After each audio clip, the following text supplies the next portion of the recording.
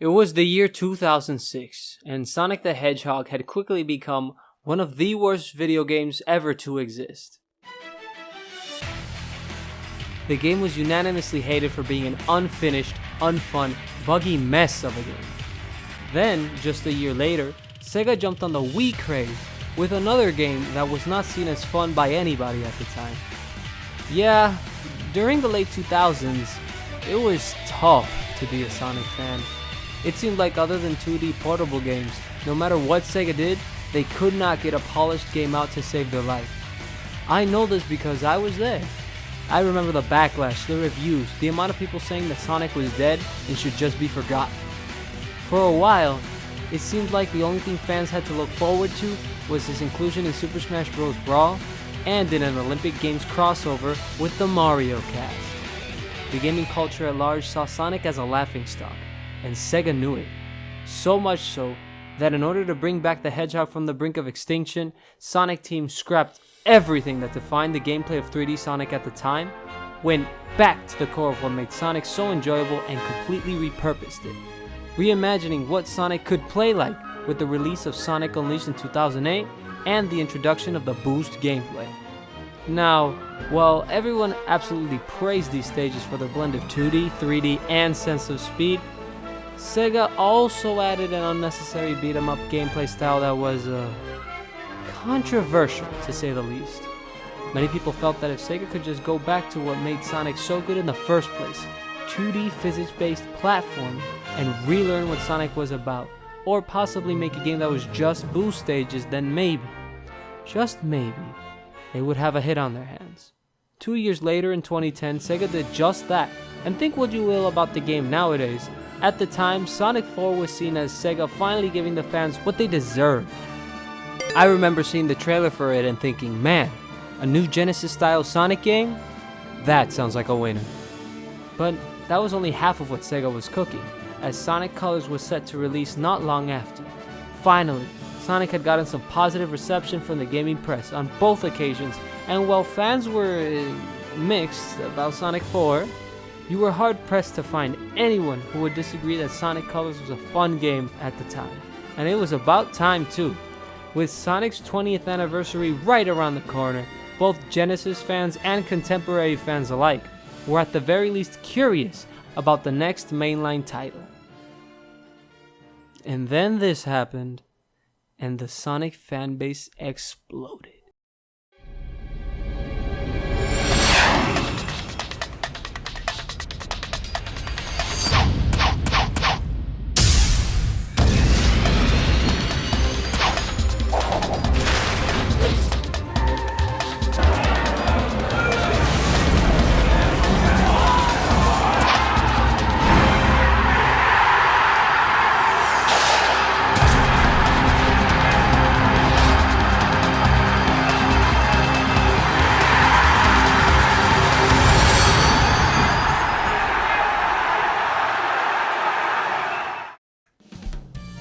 It had been over a decade since the last time Sonic had been seen with his 90s design, and now the aptly named Classic Sonic was revealed to be joining Modern Sonic, as SEGA put it, for a game that would mix classic 2D platforming and the boost gameplay. The game was said to have completely reimagined levels of many games from the past, as well as re-encounters with some of Sonic's most iconic foes. But which levels exactly? To decide that, Sonic Team held a poll internally, reaching to all their employees around the world to vote on what their favorite Sonic levels were. They also held a public poll on their website so fans could vote. Once the levels were chosen, SEGA went back and revisited the old zones, giving them an HD makeover and updating the gameplay to fit both 2D and the new boost formula. The game was divided into 3 eras: Classic, Dreamcast, and Modern, showing us that no matter what era of Sonic you liked, there was something in here for you. It was to be a celebration of everything Sonic meant up to that point. I remember playing the first demo that came out on Xbox Live and being completely enamored with the reimagined Green Hill that hadn't been seen in a mainline game since Sonic Adventure 2. It finally seemed like the team was ready to kick off the dust, break the mold, and get the series back on track, and so they did. Literally every single gaming news outlet, Sonic fan, or gamer in general heralded this game as one of, if not the best the series had ever seen. It's been almost 10 years since then. And here we are with the franchise in a bit of a tight situation. With Sonic Forces souring the reputation of the boost formula and classic Sonic as well, I'm here to find out whether this game was as good as we all said it was, or if Sega had just blinded us with nostalgia and had gotten a pass. Que es la que? I'm Pencilneck. Grab a snack and get comfortable because today I'm going to be looking at Sonic Generations. This might take a while.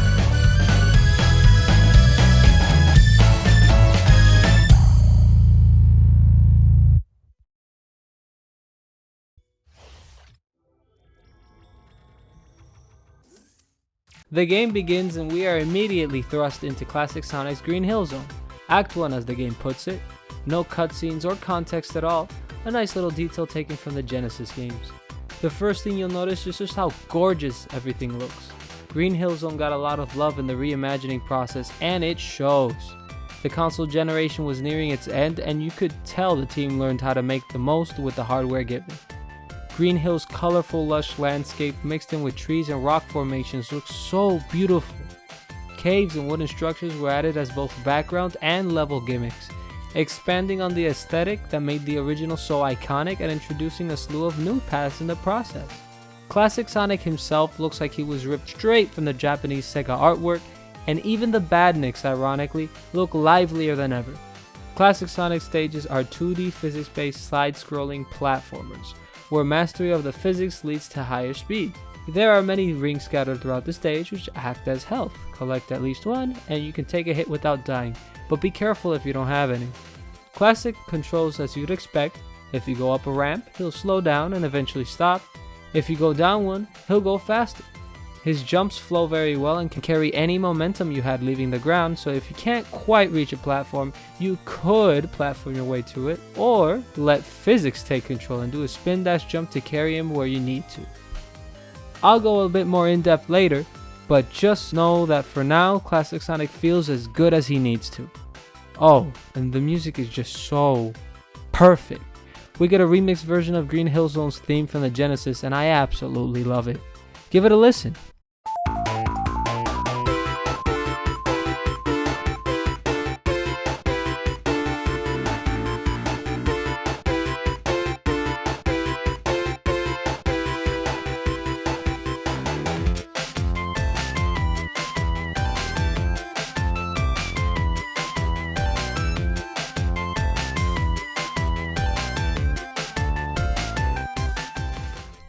After beating the first act and getting your first ranking, we're treated to a cutscene showing us a brand new monster causing mayhem. One clock transition later, and we're in the present day, with Tails and the gang hosting a surprise birthday party for Sonic. Surprise! He gets there, they all laugh and talk. Then, that same monster from before appears again and starts kidnapping Sonic's friends, sending them through portals of what seem to be familiar locations. After failing to stop the monster, Sonic is left unconscious, waking up in a world completely devoid of color. He spots something in the distance and, with nowhere else to go, heads off to investigate. This place is none other than Green Hill Zone, only now we get to play it from modern Sonic's perspective. Act 2. Here the gameplay style changes dramatically from an easygoing side-scroller to the bombastic boost gameplay. Unlike the 2D gameplay where physics led to speed, this gameplay is all about mastering a level to keep the speed going and never having to stop. To do this, Sonic has a boost meter that fills up by collecting rings, killing enemies, doing tricks, and drifting. Once it has some charge, with the push of a button you can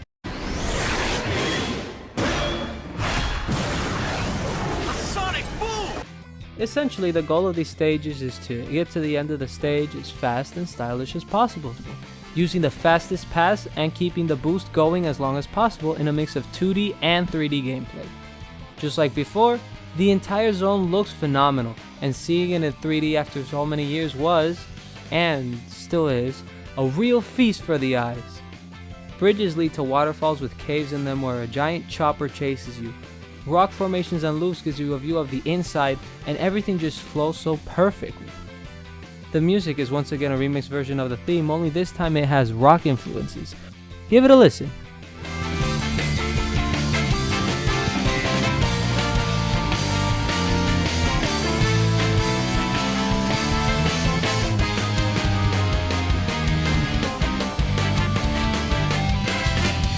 While Sonic's controls and overall feel are much different here, this first level does a good job at letting the player experiment with him and get accustomed to his speed and abilities, which I'll cover a bit more later.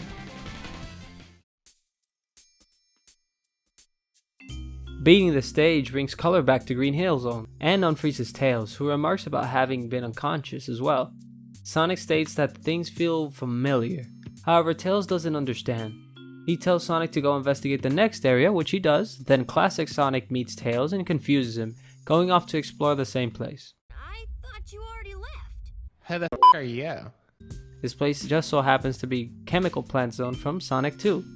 Modern Sonic and Tails recognize the place, having a short chat about it, and completing Acts 1 and 2 frees Amy from her frozen state, as well as bringing back the color, just like before. Doing this allows you to do the same for the next zone, freeing Knuckles, and so on. After unlocking the boss gate, both Sonics meet each other in a mirror as Eggman teases them, making Classic Sonic give chase as Modern Sonic is left behind. He defeats Eggman, or in this case Robotnik, however the mysterious monster abducts him and disappears. The two Sonics finally meet properly, and both Modern and Classic Tails realize We're traveling through time and space. as the Sonics go through the levels, life is restored, bringing the color and their friends back. With their goal clear, the Sonics head off to explore the rest of the world and stop whatever's causing the destruction. This ultimately leads them to realizing that the monster they've seen is causing the time disruptions, and to fight him they need to collect the Chaos Emeralds. Doing so unlocks the final boss, where it is revealed, to the surprise of literally no one, Dr. Eggman and his past self, Dr. Robotnik, were controlling the aptly named Time Eater in order to erase their past failures and Sonic himself. The Sonics try to stop him but get squashed, leading to his friends to cheer him on. Through The real superpower of teamwork! the Sonics use the power of the Chaos Emeralds to go supersonic and defeat the Eggman once and for all. The day is saved, Sonic's friends are returned to the party, and after a legendarily ironic line, Hey Sonic! Enjoy your future! It's gonna be great! the two Sonics and Tails go their separate ways.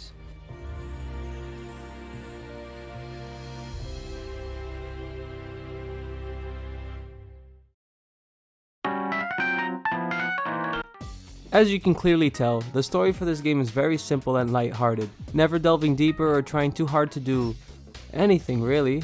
That isn't necessarily a bad thing for this type of game, but it would have been much better if we had something more ambitious that really played with the idea of time and continuity. At the very least, Sonic, Tails, and whoever we rescue should have had scenes talking about the levels we complete or something. Like, okay, after you free a character you get a 10-second cutscene of them thanking you, but that's it. It's not like they didn't have an excuse to give us more scenes with the cast. Getting a bit ahead for a second, there are some missions where you're paired with one of Sonic's friends, but they don't have context. It would have been a great reward to have some sort of interaction with them. I think this may be due to the fact that Sonic Colors had gotten very high scores despite barely having a story, while games like Unleashed and Black Knight were disliked. While the story wasn't the problem in those games, SEGA may have looked at Color's success and wanted to keep things simple here to follow suit. The voice acting is alright, nothing too noteworthy aside from Amy sounding like Minnie Mouse. Sonic. Are you kidding?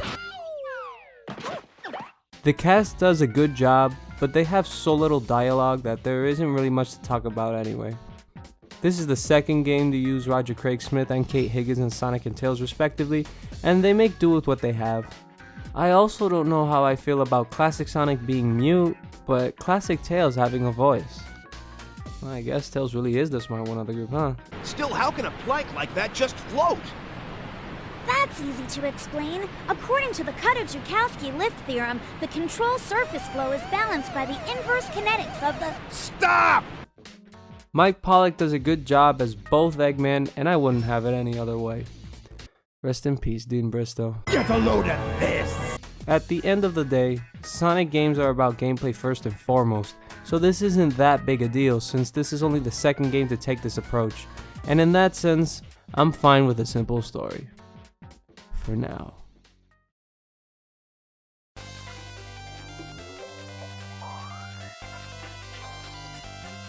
Moving on to aesthetics, Sonic Team absolutely nailed it here. SEGA had a style they were going for in Unleashed, and while the Pixar-esque humans aren't here, everyone looks great. The art direction does a great job of uniting all the level themes together for a cohesive look that breathes new life into the older tropes. Generations was split into 9 zones, each divided into 3 different eras of Sonic. The first era is the classic era, made up of Green Hill Zone, Chemical Plant, and Sky Sanctuary. Then the second era is the Dreamcast era, Speed Highway, City Escape, and Seaside Hill. The third era is the modern era, being made up of Crisis City, Spagonia, and Planet Wisp. I already talked about Green Hill Zone, but every level looks phenomenal, with lots of little details to really bring these environments to life. Egg Robo scare off animals in Sky Sanctuary, Seaside Hill is filled to the brim with whales and rainbows, and Planet Wisp has dancing yakkers in the background. These minute details, while to some may seem insignificant, really help to sell the atmosphere and world that they all take place in. Combine that with the 1080p resolution and a smooth 60 FPS on PC, and this game has and will continue to stand the test of time for years to come. I spoke about Green Hill Zone already, but I truly believe that this soundtrack is one of the best in a series known for having stellar music, though 90% of it is remixes of old songs, so it won't win awards for originality. Each act receives their own remixes of the originals with different genres. Classic Sonic usually has a more techno beat to his music, giving off a similar feeling to the Genesis games, but not being limited by the Genesis sound font, with orchestras and even lyrics at some points. Modern Sonic gets more of a rock, pop, and electronic sound, with a higher tempo to get the blood pumping. Modern Sonic even has 2 tracks depending on whether you're boosting in a stage or not, which is a great touch. Jun Tsunoi is the man behind the music, and you can clearly tell this man had a fun time recording this, bringing in talent like Crush 40 and Cash Cash to do some tracks too. Shout out to all the other composers and people who worked on the soundtrack. All the songs are great for their respective levels, but some other songs just make me wanna dance.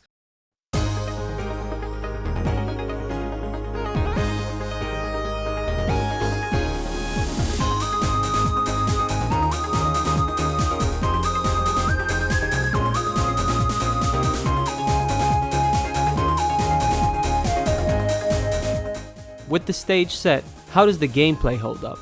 As mentioned earlier, each zone is divided into 2 acts, Act 1 for Classic Sonic and Act 2 for Modern Sonic, each with their own styles but a simple goal: get to the end of the stage. Beginning with Classic Sonic and reiterating what I said before, I can safely say he controls almost perfectly.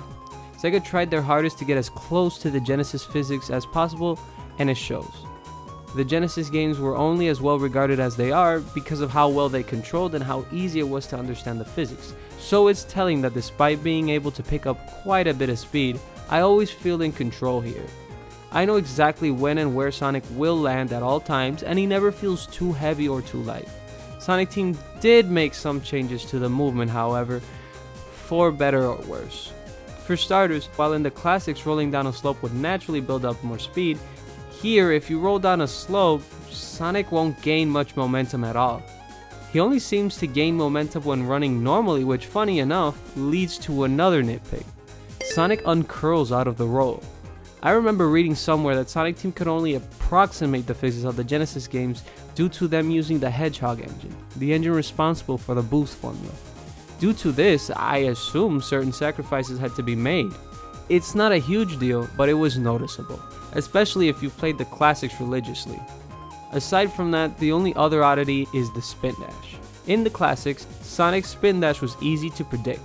If you rev it up a little, he would get a very short, weak burst of speed, whereas revving it multiple times would send you much farther. While the multiple revving concept still works, if you rev the spin dash once in this game, you'll be sent flying. Now, the level design is made in a way where this is usually not an issue, and if you're near bottomless pits, there are signs in the background that can alert you, but it seems like a fix to an issue that wasn't really there to begin with. At least SEGA added the ability to jump out of the spin dash while revving it, but it would have been much better if they had kept it how it works in the 2D games. Despite these things though, Classic Sonic still feels great to play as, and you'll be blasting through the stages like it was your job and quickly get accustomed to it. While not one-to-one with the originals, I feel Classic Sonic is done justice in the control department for the most part. But what about Modern Sonic? While Classic Sonic is all about physics-based platforming, Modern Sonic is all about reaction time and boost management. Sonic is much faster here, but he's also more agile. He can do a short hop that doesn't lose speed like a normal jump would, drift around corners, use the quick step to avoid incoming obstacles, and use the homing attack to hit enemies in quick succession. He can also light speed dash across a trail of rings, but only certain trails for some reason, and can even perform tricks to fill in or increase the size of his boost gauge. If you had played Unleashed or Colors before, then you already know what to expect.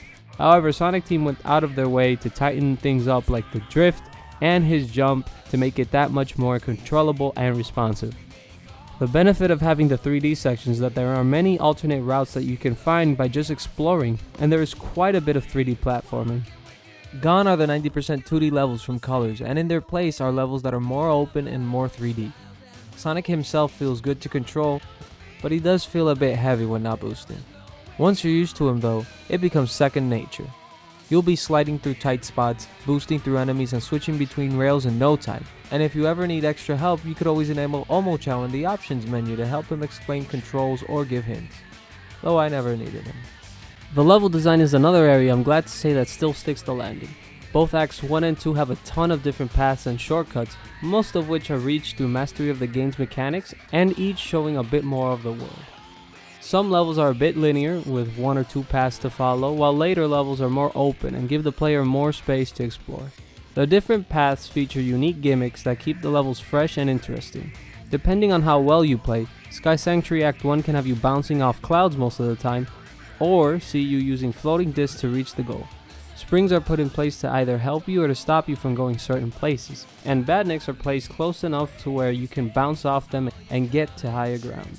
Most levels remix old set pieces as well, like how the iconic truck in City Escape now follows Sonic around throughout the whole stage in Act 1 and even has saw blades and flies in Act 2, or how the bottom path of Seaside Hill Act 2 has you jumping across sea turtles, while the top path lets you ride a cart through a track. A special mention goes to Crisis City Act 1 for having one of the best visual gags in a Sonic game.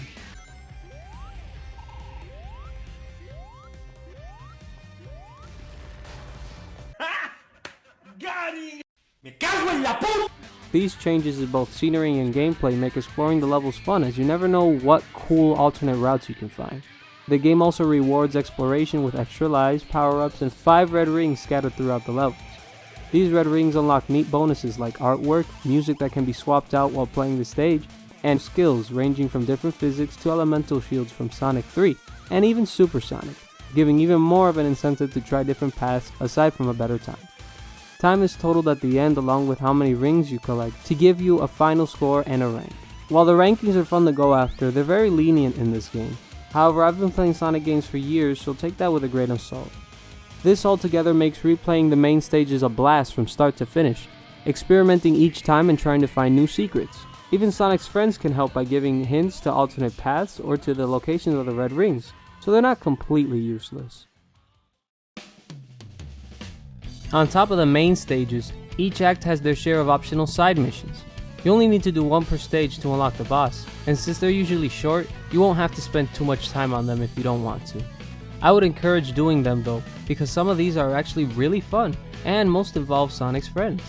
You can have Knuckles dig for treasure in Sky Sanctuary, race Tails in the tornado, and use Rouge's charm to distract enemies. What? I mentioned before that the cast did appear in these side missions, and while I'm glad they're here, I still stand by what I say about having them unlock a cutscene or 2 would have been better. Other missions involve the use of a new skill, completing levels with only 1 ring, and so on. All of these missions are fun at best and forgettable at worst, and can easily be S-ranked if you play fast. Except for one. I hate the Crisis City Goalpost mission. I swear it's super janked. It took me way too many tries to S-rank this because the thing just kind of bounces around wherever it wants to go. Oh my god! Aside from that, missions like the Spagonia balloon jump are really cute and put a fun spin on existing levels. At the very least, I rarely found myself bored, so they are worth going for in my opinion, especially since they unlock most of the soundtrack that you can use for later levels, and most of the skills that can later be bought at the skill shop to use at your leisure. While on the topic of rewards, there's also a hidden trophy room you can access by holding select for a couple of seconds in the collection room. Enter a code and you can unlock statues of characters and elements from all of Sonic's history. Looks like this is the only time we'll get to see Jet the Hawk in HD, huh? Actually, it's Coral Blue number 2. The game's also really short without the side content, so if you want to get the most complete experience, do yourself a favor by finishing these. If you're playing the console versions of this game, you can even unlock Sonic 1 as a reward. However, this isn't the case in the PC versions for some reason. I guess Sega wanted people like me to spend money on 20-year-old ROMs. The PC version does get you an extra level based on Casino Night Zone from Sonic 2, which was originally a pre-order bonus for the console versions. Sadly, it's only a pinball table, and I would have loved to see a full level based on it instead. The music's good though.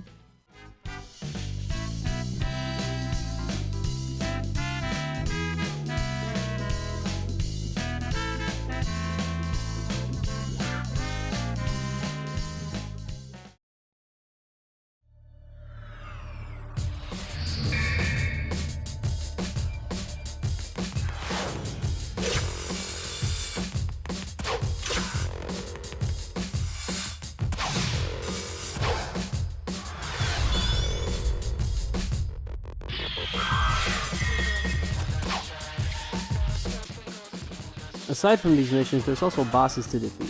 4 main bosses and 3 rival battles, 7 in total. With the exception of the final boss, all of these are rematches with iconic enemies. The rival battles have you fight one of Sonic's old Dopplers like Metal Sonic, Shadow, and Silver. Each fight is a sort of race fight where you try to keep up to take them down. For Metal Sonic, you just wait for an opening between attacks and smack him on the head. Not bad for the first fight. Shadow requires you to race him to a power orb to charge up a meter. Once one of you have it charged, you either have to dodge Shadow's Chaos Spear or boost into meteors to hurt him. While I like this fight, it's odd that most of the time all you're doing is just chasing an orb and not really fighting. Silver's fight is the most interesting one because it's the only one in the whole game that doesn't take place where it did originally. Rather than whatever 06 wanted you to do. It's no use! Here, Silver takes control of the surrounding debris to throw at you, while you try to chain homing attacks on said debris to deal damage. He flies around, tries to smash you with trucks or signs, and even summons a literal pile of trash to try to keep distance from you. He ends off by throwing A giant ball of garbage. at you, and you just casually smack him and let him get crushed underneath him. Holding onto a grudge, aren't we? The rival battles are challenging and keep things fresh, each one with a unique aesthetic and attacks, and hey, Metal Sonic gets a beautiful new rendition of Speed Highway's Japanese Bad Future, so for that alone they're worth it. They do a great job at paying homage to all of Sonic's counterparts and are fast and frantic, but never overstay their welcome. The only downside is that, just like Sonic's friends, these battles have no story significance. Metal Sonic has always been evil, so I don't mind fighting him, but why are we fighting the other two? Last I recall, Sonic and Silver were friends, and didn't Shadow say he was done being the bad guy? The main bosses, however, do have story content. Classic Sonic goes to fight Robotnik and the Death Egg Robot, where after hitting the bottom a couple of times, you have to get him to lock onto you and ram into a bomb to stun him, where you deal the final blow. He's a lot easier than in Sonic 2, thankfully, but still engaging in his own right if a bit simple. You avoid his slow attacks and win. Being that he is the first boss, the lack of difficulty makes sense as to not put off new players. It's the next boss where things get to pick up. Perfect Chaos makes a return, and by God is he fun to fight. You play as modern Sonic, although without the Chaos Emeralds, and you have to make your way through a destroyed Station Square while avoiding his attacks, and then boost into him to reach his weak spot. He even changes things up before the final hit by raising some destructible platforms. It's a really fun encounter and finds a way to mix in the platforming very cleverly, with different paths that make it feel almost like another level. It's kinda weird how Chaos just sits in the same spot the whole time, but I guess since Sonic isn't Super, Chaos doesn't want to do any work. The next boss on the list is the Egg Dragoon, and I'm kinda mixed on this one. On the one hand, he has 3 phases which should keep things interesting, but on the other hand, he just kinda drags on. You start by chasing him down, trying to grind rails to hit him while avoiding attack. Then you go 2D and avoid attacks until he locks you in between 2 walls so you could jump up them and hit him. Then repeat until you end up free falling into him for the final blow. It's an okay fight, but I don't know, it's just meh. But even he is better than the final boss, Time Eater. Man, what a disappointment. It's neither hard nor interesting nor fun. You literally fly around the Super Sonic and boost into him to win. That's it. That's all you do. Okay, so you kinda have to avoid the destroyed pieces of other levels, which is a neat touch, but that's it. Sometimes you have to change between 2D and 3D, which basically means nothing because you're still just boosting into him, and that's it. Oh, and there's a homing shot you should avoid. Don't worry about forgetting that, because Sonic's friends will make sure to remind you every single time. It's sad that such a mindless boss is the last one, but everything else is very fun to fight, so I'm glad that Sonic Team did a good job there. Sonic Generations is a once-in-a-franchise type game, where old and new come together to create one of the most fun and polished experiences in the Bluebird's library. It may be slightly dated since it's 10 years old at the time of this recording, but it still holds up in terms of being a celebration of what Sonic is about. The graphics are great, the music is perfect, and I'm happy to say that the gameplay is still super fun and varied to this day. The story is meh at best and throwaway at worst, but the gameplay more than makes up for it. This game came out at a time where the future of Sonic was uncertain. Colors really had us hoping that SEGA would keep the winning streak going, and when we finally got to play it, it was hope for the series again. It can't be understated just what a glorious comeback this was for the series, and how it brought everything we knew back in a fresh way. I remember lots of people finally starting to respect Sonic again. He was back, and we were all awaiting what would come next. We're not there yet! We're not there yet. Please. Coming back to this game has made me appreciate it even more, and despite some negativity in the franchise, Mania was phenomenal, and the movie was a fun time as well. Whatever SEGA has cooking on the 30th anniversary will definitely be on my radar, and may get a video of its own. We'll just have to wait and see.